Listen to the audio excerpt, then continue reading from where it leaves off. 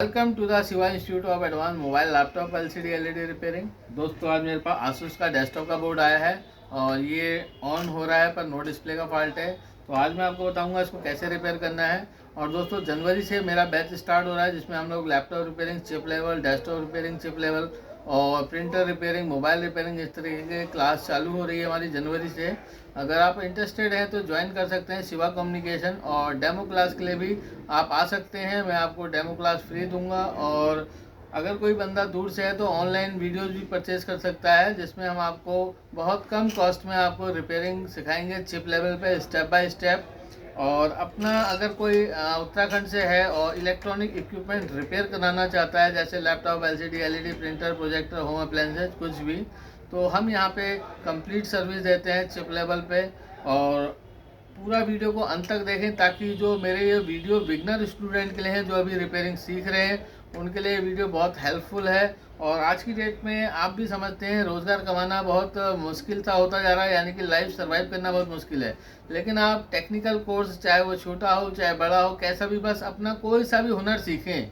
वो laptop repairing, printer repairing से मतलब नहीं है, कोई भी आप हुनर सीखिए। अगर आपके हाथ में टेक्निकल स्किल है, हुनर है, तो आप अपने लिए रोज़गार खुद कहीं भी कमा सकते हैं। कहीं पे भी खड़े हो जाएंगे तो आपको अर्निंग होगी। और अगर आप डिपेंड होते हैं किसी पे नौकरी के लिए तो नौकरी तो नौकर से ही शब्द स्टार्ट हो गया, ठीक है। तो अगर आप किसी पे डिपेंड हैं तो मार्केट का ऐसी स्थिति नहीं है आज की डेट में कि कोई भी 5,000, 10,000 रुपये, 15,000 रुपये आपको दे सके। लेकिन आपको अगर कोई टेक्निकल स्किल आता है, छोटा आपके पास अमाउंट है जिसको लगा के आप रिपेयरिंग सीखें, और उसके बाद आप देखेंगे आपके पास कुछ टूल्स होने चाहिए, उसके बाद अपने आप को अर्निंग कर लेंगे। आपको किसी के पास जाने की ज़रूरत नहीं है। जब आपका हाथ जैसे जैसे सेट होते जाएगा लोग आपके पास आएंगे कि मेरा ये काम खराब हो गया। आप देख सकते हैं कि आए दिन घरों में आपके लैपटॉप हो गया, प्रिंटर हो गया, सप्लाई हो गया, या कोई ना कोई प्रॉब्लम्स आती रहती है। अगर आपके हाथ में हुनर है तो आप अपने लिए अच्छी अर्निंग कर सकते हैं, किसी के पास जाने की ज़रूरत नहीं है। तो आइए दोस्तों देखेंगे हम इस बोर्ड में कि अगर हमारा नो डिस्प्ले आ रहा है तो उसको कैसे ट्रबल शूट करेंगे।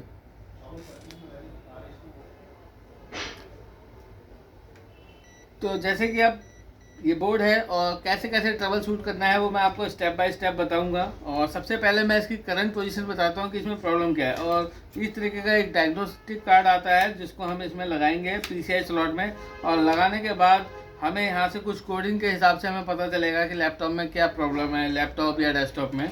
लैपटॉप का भी अपना डायग्नोस्टिक कार्ड आता है। तो देखेंगे यहाँ पे मैंने एसएमपीएस को 220 वोल्ट से कनेक्ट कर दिया है, और एसएमपीएस की जो एटीएस कनेक्टर है मैंने उसको भी इसमें प्लग कर दिया है। और आप देखेंगे जैसे मैंने एटीएस कनेक्टर को इसमें प्लग किया तो 5 वोल्ट की जो स्टैंड बाई सप्लाई होती है और वो कन्वर्ट 3.3 वोल्ट में होके आप देखेंगे इसमें आईओ में भी चले जाती है और ना बटन में भी आ जाती है, और आप देखेंगे पावर लाइट भी जल रही है। और इसमें मैंने वैसे फ़ैन कनेक्ट नहीं किया है, और लेकिन यहाँ पे आप देख सकते हैं इसका फ़ैन रेडी हो जाएगा जब मैं इसको ऑन करूँगा, और आप देखेंगे यहाँ पे भी लाइट जलेगी। तो जब मैं इसका पावर बटन दबाता हूँ तो आप देखेंगे यहाँ पे लाइट जल गई हमारी, डिस्प्ले में कोई भी कोडिंग नहीं आई, यहाँ पे कोई भी कोडिंग चेंज नहीं हुई, और यहाँ पे हमारा फ़ैन चालू हो गया। इसका मतलब है कि हमारा जो मदरबोर्ड है ये ऑन हो गया है। अब यहाँ पे हम वोल्टेज मेजर करेंगे, और वैसे मैंने वीजे केबल भी लगाई है डिस्प्ले के लिए कि डिस्प्ले आ रही कि नहीं आ रही है। हालांकि डिस्प्ले का विषय तो बाद में है। और आप देखेंगे यहाँ पे प्रोसेसर में कोई भी टेम्परेचर नहीं आ रहा है, कोई भी हीट नहीं हो रहा है, क्योंकि जब हमारा लैपटॉप या डेस्कटॉप ऑन होता है और उस कंडीशन में हमारा सीपीयू जो है हीट हो जाता है। तो जैसे आप देख रहे हैं यहाँ पे हमारा प्रोसेसर हीट नहीं हो रहा है। और अब हम क्या करेंगे तो वोल्टेज मेजर करेंगे। तो अगर देखिए यहाँ पे कोडिंग नहीं बनने का मतलब है हमारे प्रोसेसर को वोल्टेज नहीं मिल रही है, डेटा नहीं बन रहा है, जिसकी वजह से हमें कोडिंग चेंज नहीं हो रही है। तो मैं सबसे पहले VRM सेक्शन में इसमें आप देखेंगे मैंने केबल भी लगा रखी है 12 वोल्ट की, तो मैं वोल्टेज को मेजर करूँगा।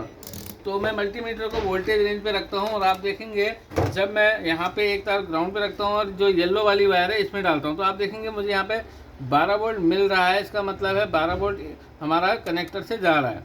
अब बात आती है यहाँ पे जो CPU लगा है, यहाँ पे आप देखेंगे 2 कॉइल लगी है इसके साथ। ये प्रोसेसर है और इसके बगल में 2 कॉइलें लगी हैं, और ये कॉइलें हमारी कोर वोल्ट बनाती हैं। VRM सेक्शन है ये, और इन दोनों कॉइल के आप देखेंगे इस कॉइल का अपर मॉसफेट, लोअर मॉसफेट, और इस कॉइल का अपर मॉसफेट और लोअर मॉसफेट, और ये आउटपुट कैपेसिटर है, और यहाँ से वोल्टेज बनने के बाद हमारी इस प्रोसेसर को जाती है। तो मैं आपको दिखाऊंगा यहाँ पे जब मैं वोल्टेज चेक करता हूँ तो मल्टीमीटर में मुझे कोई भी वोल्टेज नहीं मिलती है। अभी यहाँ पे ऑप्शन दिया है, मैं बैक साइड में लगा देता हूँ। आप देखेंगे कॉइल के 2 पोल ये हैं, और मैं मल्टीमीटर को भी मेजर कराऊंगा जब मैं यहाँ पे लगाता हूँ। तो आप देखेंगे मल्टीमीटर में कोई वोल्टेज नहीं बन रही है। अब हमको ये पता चल गया VRM सेक्शन में वोल्टेज नहीं बन रही है, इसलिए डिस्प्ले नहीं आ रही है। तो मैं और जगह पे वोल्टेज चेक करूँगा, देखेंगे यहाँ पे भी मुझे कोई वोल्टेज नहीं मिल रही है। और अब मैं इसकी रैम वोल्टेज चेक करूँगा। आप देखेंगे यहाँ पे जो कॉइल लगी है ये रैम की कॉइल लगी है, और यहाँ पे एक अपर मॉसफेट और लोअर मॉसफेट लगा हुआ है। और आपको जैसे कि पता ही है, इसको रैम के जो अपर मॉसफेट है इसमें 5 वोल्ट आता है, जो कि हमारे डायरेक्ट इस ATX कनेक्टर से 5 वोल्ट यानी कि रेड वायर से आता है। और ये स्विचिंग होने के बाद 1.8 वोल्ट कन्वर्ट करेगा, क्योंकि ये DDR2 रैम का स्लॉट है हमारा। तो अब हम ये देखेंगे क्या हमारे रैम स्लॉट पे हमें वोल्टेज मिल रही नहीं मिल रही। तो जैसे कि आपको दिखाऊं, मैं ये कॉइल हमारी रैम के लिए है। तो मैं जब वोल्टेज यहाँ पे मेजर करता हूँ तो यहाँ पे मुझे ऐसी कोई वोल्ट नहीं मिल रही है, यानी कि अगर देखूँ तो यहाँ पे 0.14 बन रहा है, जबकि यहाँ पे 1.8 वोल्टेज आना चाहिए। तो अभी मैं यहाँ पे एक ट्रिक करूँगा और उसके बाद देखेंगे कि क्या ये रैम वोल्टेज ना बनने की वजह से कोर वोल्टेज नहीं बन रही है या फिर हमारी डिस्प्ले नहीं आ रही है। तो आपको मैं दिखाना चाहूँगा कि हमारी DC पावर सप्लाई है और इसको मैंने 3 वोल्ट पे रखा हुआ है, और इसमें मैंने एक वायर लगा रखी है। और मैं अब क्या करूँगा, पहले तो इसको मैं SMPS से वायर निकाल के बंद कर देता हूँ, और एक ब्लैक वाली तार यानी कि ग्राउंड वाली वायर को मैं मदरबोर्ड में ग्राउंड में टच कर देता हूँ मैं। तो जैसे कि आप देख रहे हैं कि अभी मैंने इसमें सिर्फ SMPS की पावर कनेक्ट करी है, अभी ऑन भी नहीं किया है। और मैं अपने पास से 3 वोल्ट का ये कनेक्टर, इसमें रैम की जहाँ 1.8 वोल्ट बनती है उस कॉइल पे मैं 3 वोल्ट दूंगा अपने पास से। अगर मेरा यहाँ पे डेटा फ्लैक्चुएट हो जाता है तो इसका मतलब है रैम वोल्टेज नहीं बनने की वजह से मेरा ये सारा काम नहीं हो रहा है, रुका हुआ है। तो फिर मैं रैम की वोल्टेज को क्लियर करूँगा, उसके बाद मैं देखूँगा कि क्या मेरी डिस्प्ले आई कि नहीं आई। तो अभी मैं क्या करूँगा, आपको सबसे पहले वोल्टेज चेक करा देता हूँ। देखेंगे आप, ये 3.3 वोल्ट मैं इस कनेक्टर के थ्रू दूंगा, जो ये रेड वायर है जो मैंने सप्लाई मशीन से 3.3 वोल्ट दी है। अब मैं जहाँ पे रैम कॉइल लगी है वहाँ पे मैं इसको दूंगा, और इसके बाद मैं यहाँ पे देखूंगा कि क्या मेरी कोडिंग में कोई फ्लैक्चुएशन है। तो अभी मैं आपको दिखाने के लिए कुछ इस तरीके से रखता हूँ, और मेरे को एक हाथ से इसको ऑन भी करना है और सप्लाई लगानी है। तो देखते हैं, मैं ये सप्लाई लगा दिया मैंने रैम पे, और आप देखेंगे रैम के लिए एम्पियर इसने ले लिया है 0.2 करके। एक मिनट, नेगेटिव की पावर निकल गई है हमारी, तो नेगेटिव मैं यहाँ लगा देता हूँ SMPS में। आप देखेंगे जब मैंने यहाँ कनेक्ट किया तो देखेंगे आप 0.047 एम्पियर रैम वाले सेक्शन ने ले लिया है। और आप देखेंगे जब मैं इसको ऑन करता हूँ तो देखेंगे कि क्या मेरी कोडिंग में कुछ रिफ्लेक्शन है। तो आप देखेंगे यहाँ कोडिंग हमारी चेंज हो रही है, और शायद देखेंगे डिस्प्ले भी आ गई है। देखेंगे आप डिस्प्ले भी आ गई है और हमारी कोडिंग रिफ्लेक्ट भी। और मैं इसको हटा देता हूँ तो देखेंगे हमारी डिस्प्ले चले गई है कि नहीं है। अब आप देखेंगे जब मैं इसको यहाँ लगा रहा हूँ सप्लाई को 3 वोल्ट पे, और मैं इसको ऑन करता हूँ तो देखेंगे यहाँ पे हमारी कोडिंग फ्लैक्चुएशन होने के बाद डिस्प्ले भी दे रहा है। इसका मतलब है रैम वोल्टेज नहीं बन रही है, और जो मेरे अपने पास से वोल्टेज दी है उससे हमारा डिस्प्ले आ गया। तो ये आपके लिए एक ट्रिक है, आप भी इस तरीके से देख सकते हैं कि छोटी छोटी ट्रिक आपको देखने को मिलेंगी जिससे आप अपने काम को फाइन कर सकते हैं। बिगनर स्टूडेंट के लिए तो वीडियो बहुत हेल्पफुल है। मेरे चैनल को आप सब्सक्राइब कीजिए, शेयर कीजिए, ठीक है। तो मैं आपको पूरा वीडियो पूरा क्लियर दिखाऊंगा कि किस तरीके से इसको रिपेयर करना है।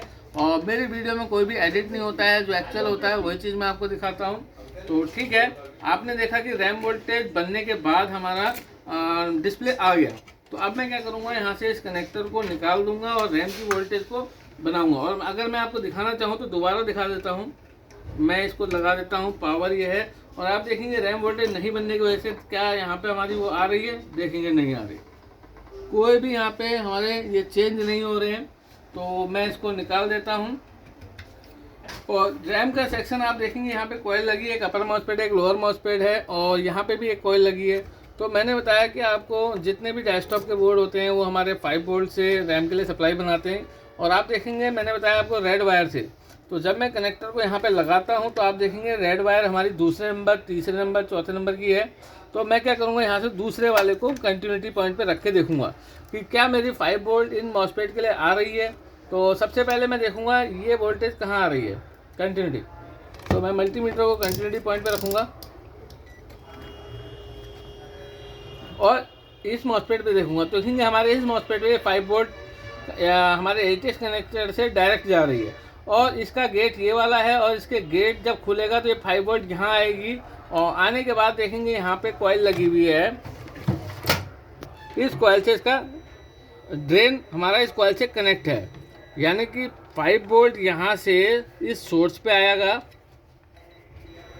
और गेट के खुलने के बाद यहाँ से ड्रेन पे आएगा, ड्रेन से इस कॉइल पे आएगा, तो कॉइल से आने के बाद इस मॉसफेट के देखेंगे ड्रेन पे आ गया, यानी कि इस कॉइल से अपर मॉसफेट के ड्रेन पे आ गया और ड्रेन से हमारा सोर्स जाएगा, सोर्स से हमारे लोअर मॉसफेट के ड्रेन पे जाएगा और लोअर मॉसफेट का जो होगा वो ग्राउंड पे होगा। मैं दिखाता हूँ आपको कहीं पे रख के, ये देखेंगे लोअर मॉसफेट का जो हमारा सोर्स है वो ग्राउंड पे है और इन दोनों के गेट हमारे यहाँ पे एक आईसी लगी है, इस पे कनेक्ट है। तो आप देखेंगे इसका गेट हमारा यहाँ से कंटिन्यूटी दे रहा है, यानी कि लोअर मॉसफेट का पिन नंबर 4 पे हमको कंटिन्यूटी दे रहा है, जबकि अपर मॉसफेट का पिन नंबर 2 पे कंटिन्यूटी दे रहा है।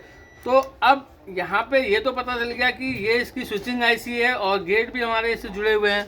अब इस आईसी की जो पिन नंबर 5 है वो वीसीसी है, तो मैं देखूंगा क्या इसको पिन नंबर 5 पे वीसीसी मिल रहा है। अगर नहीं मिल रहा है तो 5 वोल्ट की रिक्वायरमेंट पूरी करूँगा और अगर ये 5 वोल्ट मिल रहा है तो मैं इस आईसी को रिप्लेस करके देखूंगा। उसके बाद ये स्विचिंग चालू होगी, स्विचिंग चालू होने पर यहाँ पर हमको 1.8 वोल्ट मिलेगी, जिसके वजह से पूरे सिस्टम में सारी वोल्ट बनेंगी और ये ऑन होगा। तो अभी मैं एक बार और ऑन करूँगा इसे।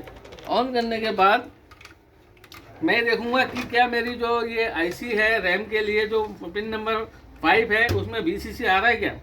ऑन करने के बाद तो मैं इसको एक बार ऑन करूंगा और मल्टीमीटर को वोल्टेज रेंज पे रख के मैं देखूंगा इसकी पिन नंबर 5 पे क्या मुझे कोई वोल्टेज मिल। देख सकते हैं यहाँ पे मुझे 12 वोल्ट मिल रहा है, इसका मतलब है इस आईसी की वीसीसी इसमें आ रही है।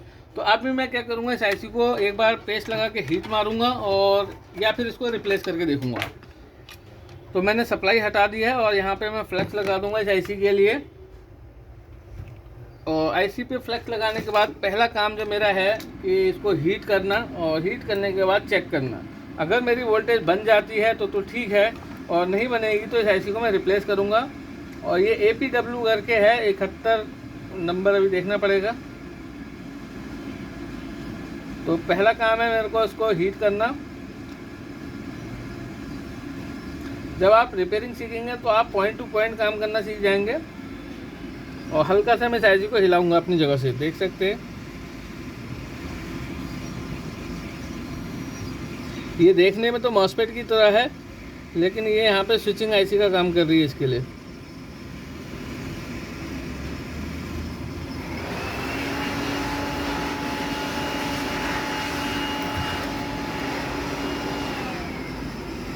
देखेंगे मैंने हिला दिया है, आईसी अपनी जगह से हिल गई है और अब मैं सेट कर दूंगा इसे।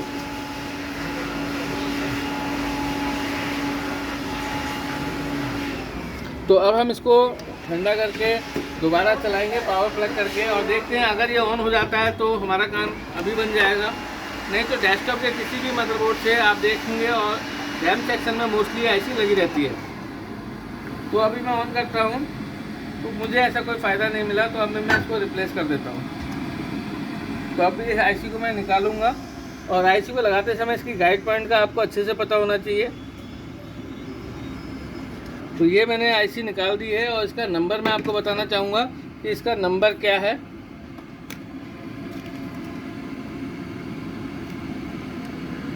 ये है आपका APW 7120। तो अभी मैं आपको एक स्क्रैप में से बोर्ड निकाल के आईसी को रिप्लेस करके दिखाऊंगा। आप एक बोर्ड निकाल दीजिए, ठीक है। तो इस आपके पास जितना भी लैपटॉप या डेस्कटॉप का स्क्रैप बोर्ड हो आप कभी भी ना फेंकें, क्योंकि ये आपके बहुत काम आने वाले हैं। तो अब हम इस बोर्ड में आप देखेंगे ये रैम सेक्शन लगा हुआ है और इसमें आईसी देखता हूँ कहाँ पे लगी, देख सकते हैं आपके ये आईसी लगी हुई है इसमें। तो मैं नंबर देखूँगा और इसको रिप्लेस करेंगे। तो आप देखेंगे यहाँ पे भी हमारी रैम के लिए कॉइल लगी है, अपर मॉसफेट, लोअर मॉसफेट और साथ में एक मॉसफेट लगा हुआ है, आईसी लगी हुई है। तो मैं इसको एक बार इनके गेट को क्लियर कर लूँगा कि क्या इसके गेट यही हैं। देखेंगे इसका जो गेट है अगर इस पर कंटिन्यूटी मिलती है तो हम देखेंगे कंटिन्यूटी यहाँ पे भी आ रही है पिन नंबर 4 पे और इसकी कंटिन्यूटी पिन नंबर 2 पे। हाँ बिल्कुल ये आईसी हमारी यहाँ लग सकती है, तो मैं इसको निकाल लूँगा। तो स्क्रैप आप कभी भी ना फेंकें, क्योंकि डेस्कटॉप में तो मोस्टली आईसी आपको नई मिलेंगी भी नहीं मार्केट में, तो उसको आपको स्क्रैप में से ही लगानी पड़ेंगी।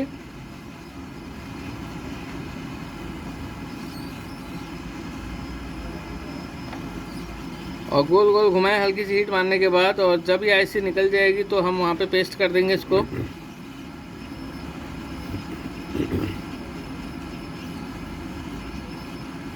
देख सकते हैं हमारी आईसी निकल गई है, और अब मैं इसको इस बोर्ड में लगा दूंगा और उसके बाद देखते हैं कि क्या हुआ। इसका गाइड पॉइंट देखूंगा मैं, इसका गाइड पॉइंट किधर को है। बिल्कुल, अभी मैं इसको मदरबोर्ड पे फिक्स करूंगा।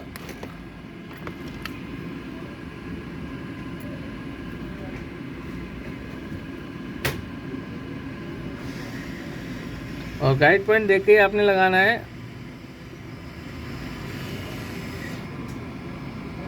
ये ऐसे लगा दिया है, और अब इसकी लोकेशन थोड़ी सी सेट करेंगे।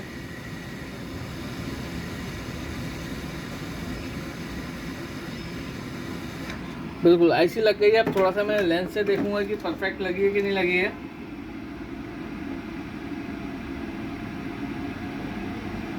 ठीक है, और अभी मैं थोड़ा सा इसमें पेस्ट लगा के थोड़ा सा और हीट करूंगा इसे, क्योंकि थोड़ी सी अलाइनमेंट आउट है इसकी।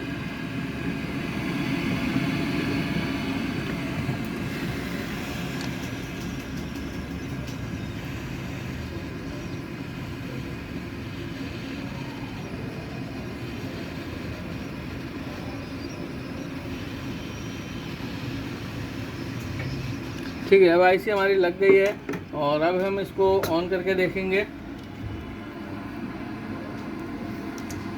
और ये मैं पावर कनेक्ट कर देता हूँ, और देखते हैं कि अगर हमारी वोल्टेज बन जाती है तो आप देखेंगे यहाँ पे हमारा एक कोड आ गया, लेकिन अभी ऑन नहीं, डिस्प्ले नहीं आई, तो यानी कि वोल्टेज नहीं बनी। थोड़ा सा ठंडी होने देते हैं। नहीं, अभी भी हमारी वोल्टेज नहीं बनी, तो मैं एक बार दोबारा से अपने पास से इसमें वोल्टेज इंजेक्ट करता हूँ, देखते हैं क्या होता है।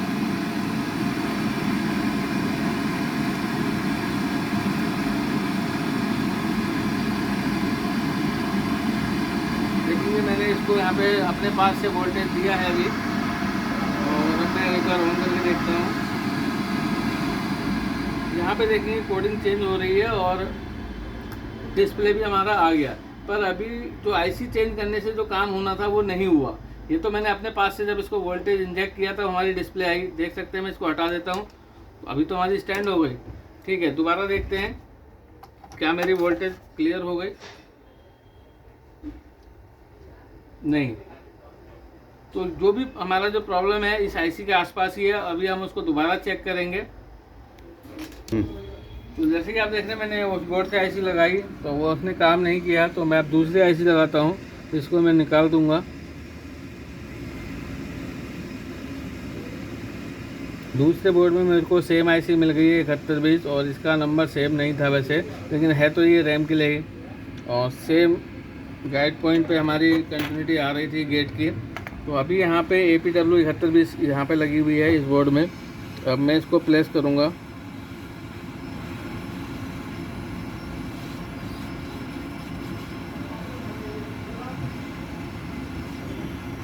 अब पिन नंबर 5 पे आपने देखा इसके 12 वोल्ट आ रही है VCC, और इसके बाद इसको स्विचिंग करनी है। स्विचिंग करने के बाद हमारा काम बनेगा। देख सकते हैं ये मैंने निकाल दी है, और इस आईसी को मैं लगाऊंगा APW 7120, और इसका गाइड पॉइंट मुझे देखना होगा। थोड़ा सा मैं यहाँ पे फ्लक्स लगा लेता हूँ ताकि ये अच्छे से बैठ जाए हमारी आईसी। और इसका गाइड पॉइंट हमारा जो है देखना पड़ेगा मुझे लेंस पे।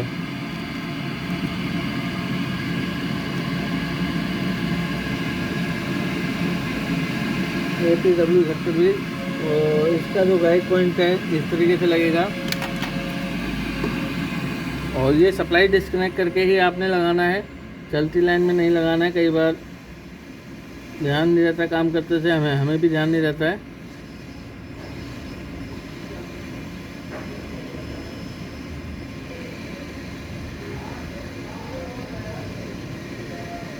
देखेंगे आईसी हमारी लग गई है, और अब दोबारा से मैं इसको चेक करूँगा कि क्या मेरे कोडिंग चेंज हुआ, क्या मेरा डिस्प्ले आया। तो कोडिंग चेंज होने का मतलब है हमारी वोल्टेज भी बन गई है, और